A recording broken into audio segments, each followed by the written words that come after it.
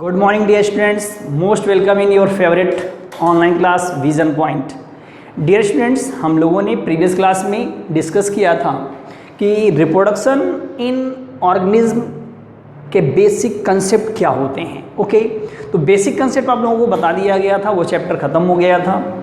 You know that 12th में आपका जो सेकेंड चैप्टर है वो है sexual reproduction in flowering plant. बेटा यू नो दैट ये जो चैप्टर आपका है, इस चैप्टर में हमें क्या डिस्कस करना है, इसमें हम बात करेंगे आप लोगों से। अभी इस चैप्टर में हम लोग फोकस करने वाले हैं सेक्सुअल रिप्रोडक्शन पे। आप ध्यान से देखिए, यहाँ पे हमें एसेक्सुअल मीन्स ऑफ रिप्रोडक्शन पे डिस्कस नहीं करना है। ओके, और एक चीज़ और आपको ध्यान देना होगा, क्या यहाँ आप देखिएगा फ्लावरिंग प्लांट पे आपको डिस्कस करना है। इट मीन्स दैट जो नॉन फ्लावरिंग प्लांट हैं, जो लोअर प्लांट्स हैं, उस पे हमें डिस्कस नहीं करना है। उसका बेसिक कंसेप्ट हम लोगों ने कहाँ पे समझा था, फर्स्ट चैप्टर में आप लोगों को बता दिया गया था। आइए हम बात कर लेते हैं।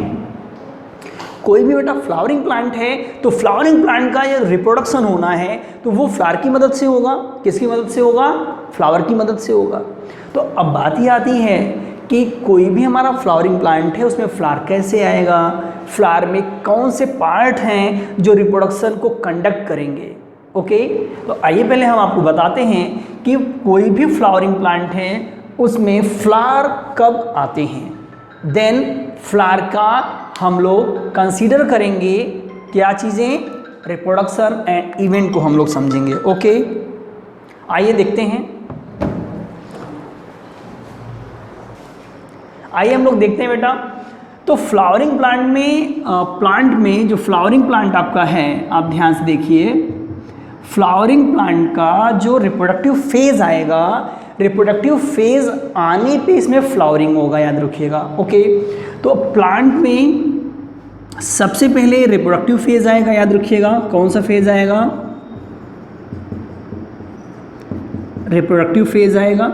रिप्रोडक्टिव फेज आने के बाद प्लांट स्पेसिफिक टाइम पीरियड में स्पेसिफिक लाइट को लेकर के, लाइट से मतलब क्या है, लाइट का स्पेसिफिक ड्यूरेशन होना चाहिए, नहीं तो ये फ्लावर नहीं बनते हैं, याद रखिएगा।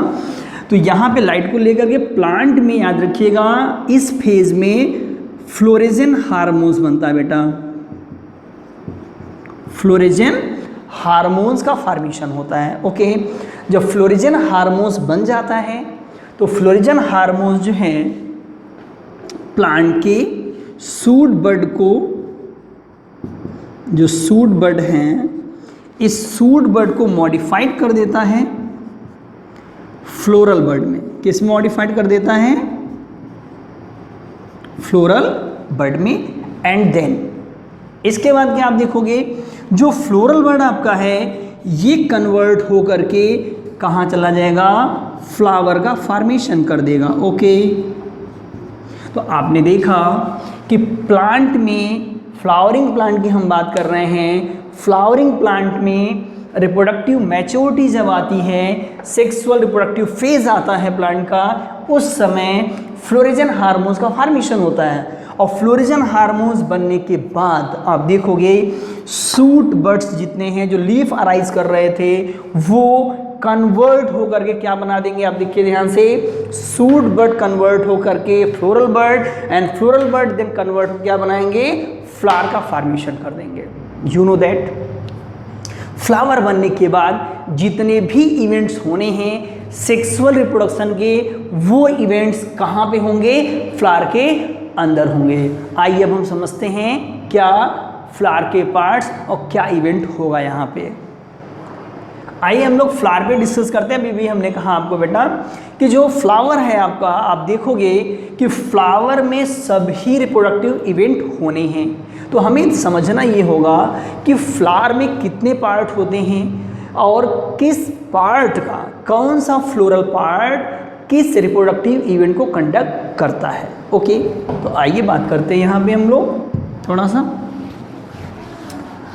आप देखोगे यहाँ पे ये फ्लोरल पार्ट हम लोग फ्लावर में भी देखिए, एलएस अब फ्लावर यहाँ बना हुआ बेटा। एलएस इसलिए हमने बना रखा ताकि इंटरनल स्ट्रक्चर भी हम लोग समझ सकें। ये आपके यहाँ 12th बोर्ड में भी क्वेश्चन आता है, draw structure of LS of flower, तो आप इसे बना सकते हैं। LS of flower. ये एक बेसिक स्ट्रक्चर है और अच्छा भी आप बना सकते हो, ऐसा नहीं है, कोई दिक्कत नहीं है, ठीक है। अब आप देखिए एलएस ऑफ फ्लावर की कहानी आपने समझ लिया है। अब हम लोग बात करेंगे यहाँ पे कि जो फ्लावर आपका है कितने पार्ट यहाँ फ्लावर में आपको दिखेंगे, वो हम लोग उसे किस नाम से जानते हैं, whorl of flower. Okay, whorl of flower. तो वर्ल ऑफ फ्लावर में आप देखोगे कितने वर्ल यहाँ आपके पास हैं। ओके, तो आइए पहले वर्ल की हम बात कर लेते हैं। फर्स्ट वर्ल को हम क्या बोलते हैं, कैलिक्स। सेकेंड वर्ल को क्या बोलते हैं, करोला। करोला। थर्ड वर्ल है एंड्रूसियम। फोर्थ वर्ल है गाइनोसियम। आप देखोगे यहाँ एकदम सिंपल इवेंट है कि जो ये वर्ल हैं इन्हें हम अभी अपने स्ट्रक्चर में भी समझेंगे। हम आपको बता दें ये कॉमन वर्ड है, याद रखिएगा। कैसे वर्ड है बेटा, ये कॉमन वर्ड है। ओके, तो ये कॉमन वर्ड है तो हमें इसमें समझना क्या है, क्या चीज़ें हमें जाननी हैं, इनके सिंपल यूनिट को समझना है और उनके रोल को समझना है। क्या समझना है, सिंगल यूनिट क्या होगा और उनका रोल क्या होगा। आइए हम आपको बताते हैं। कैलिक्स का सिंगल यूनिट क्या है, सेपल है। आप देखते होंगे कि जब फ्लावर बर्ड टाइम में होता है वो ग्रीन कलर स्ट्रक्चर से कवर्ड रहता है। तो वो ग्रीन स्ट्रक्चर देखिए यहाँ सबसे आखिरी में आएगा ओपन होने के बाद, ये सेपल स्ट्रक्चर है। सेपल्स एंड अनदर पार्ट जो फ्लावर के हैं जहाँ से अराइज होते हैं, जहाँ अटैच रहते हैं, इस स्ट्रक्चर को आप क्या कहते हो, रिसेप्टिकल या थैलमस बोलते हो। ओके, ये थैलमस है, ये सेपल हो गया, याद रखिएगा। अब सेपल हमने कहा अभी भी ग्रीन स्ट्रक्चर है। ओके, तो ग्रीन स्ट्रक्चर के साथ साथ अभी आप देखोगे ये क्या वर्क करता है। आप देखेंगे कि सेपल का जो बेसिक रूल होता है ये प्रोटेक्शन का होता है। प्रोटेक्शन मीन्स ये जिस समय फ्लावर बर्ड के फॉर्मेट में होता है उस समय प्रोटेक्शन प्रोवाइड करता है। कौन, sepals. Sepals provide protection to the flower at the time of bird. Okay, second number पे है corolla. Corolla you know that जो कलरफुल पार्ट है आपके फ्लावर का वो है। तो कलरफुल पार्ट क्या है, पेटल्स, याद रखिएगा, पंखुड़ियाँ आप बोलते हो। तो जो पेटल्स होते हैं कलरफुल पार्ट होते हैं, कलरफुल होते हैं एकदम। तो ये कलरफुल जो पार्ट है इसका क्या इन्वॉल्वमेंट है, क्या रोल है, तो आप याद रखिएगा जो ऑर्नामेंटल वैल्यू होती है फ्लावर की, कौन सी value, ornamental value of flower, वो कौन मेंटेन करता है। तो ornamental value of flower maintain by corolla और पेटल्स आप बोल सकते हो, पेटल्स मेंटेन करता है। तो ऑर्नामेंटल के साथ साथ इसका और क्या रोल हो सकता है हम समझते हैं। ऑर्नामेंटल के साथ साथ इसका रोल एक और हो सकता है, क्या, ये पॉलिनेशन में भी हेल्प करता है। ऐसे प्लांट जो कलरफुल होते हैं ये इंसेक्ट अट्रैक्ट करते हैं और उनके थ्रू प्लांट का पॉलिनेशन होता है। आइए नेक्स्ट पे हम लोग आपको बताते हैं एंड्रूसियम। अब पेटल्स कहाँ था, ये सेपल्स हो गया, पेटल्स ये दिख रहे हैं आपको, पेटल्स यहाँ पे हैं। थर्ड वर्ल है एंड्रूसियम। एंड्रूसियम यहाँ पे ध्यान से देखें आप, एंड्रूसियम का सिंगल जो यूनिट होता है स्टेमेन, स्टेमेन बोलते हैं। फ्लावर में आइए हम आपको बताते हैं कहाँ पे हैं। देखिए यहाँ पे एक आपको ग्लोबुलर पार्ट दिख रहा है, इसको हम लोग क्या बोलते हैं, एंथर। लोअर वाला पार्ट है फिलामेंट, ये फिलामेंट है, एंथर एंड फिलामेंट। ये दोनों पार्ट जो है जब आप मिला दोगे एंथर एंड फिलामेंट, तो ये एंथर एंड फिलामेंट मेक क्या बना देंगे, स्टेमेन।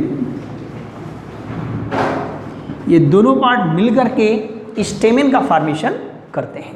ओके, अब बात आती है रोल की। स्टेमेन का बेसिक रोल क्या है, तो आइए हम बताएं आपको। स्टेमेन आप जब देखोगे, इसका जो एंथर है ये इसका फर्टाइल पार्ट होता है। अभी हम लोग डिटेल डिस्कस करने वाले हैं सब पे। स्टेमेन का मेन रोल होता है मेल गैमेट या मेल गैमेटोफाइट पॉलन ग्रेन का फॉर्मेशन करना। मेल गैमेटोफाइट या पॉलन ग्रेन का फॉर्मेशन करना। ओके, अब आप देखेंगे यहाँ पे ये था थर्ड पार्ट। फोर्थ नंबर पे आता है गाइनोसियम। गाइनोसियम की कहानी क्या है? गाइनोसियम फीमेल वर्ल होती है। ओके, ये मेल वर्ल है, याद रखिएगा स्टेमेन। और जो गाइनोसियम है ये फीमेल वर्ल है। गाइनोसियम फीमेल वर्ल, अभी भी हमने कहा सिंगल यूनिट इसका है कार्पेल। कार्पेल जो है ये सिंगल यूनिट है फीमेल वर्ल का। ओके, ये फीमेल वर्ल को रिप्रेजेंट करते हैं। अब हम ध्यान से देखें, जो फीमेल वर्ल है यहाँ पे, इसका रिप्रेजेंटेशन कहाँ पे है, क्या रोल है, क्या चीज़ें हमें समझनी है। तो आप ध्यान से देखेंगे बेटा, फ्लावर में आपको एक सेंट्रल पार्ट पूरा दिखेगा। ये पूरा का पूरा सेंट्रल पार्ट क्या है, ये कार्पेल का है, सिंगल कार्पेल बना हुआ है यहाँ पे, याद रखिएगा। और इसमें जो फर्स्ट पार्ट इसका होता है वो स्टिग्मा है, यहाँ आपको दिख रहा है। मिड पार्ट जो होता है वो स्टाइल बोलते हैं। लोअर पार्ट जो है ये ओवरी है।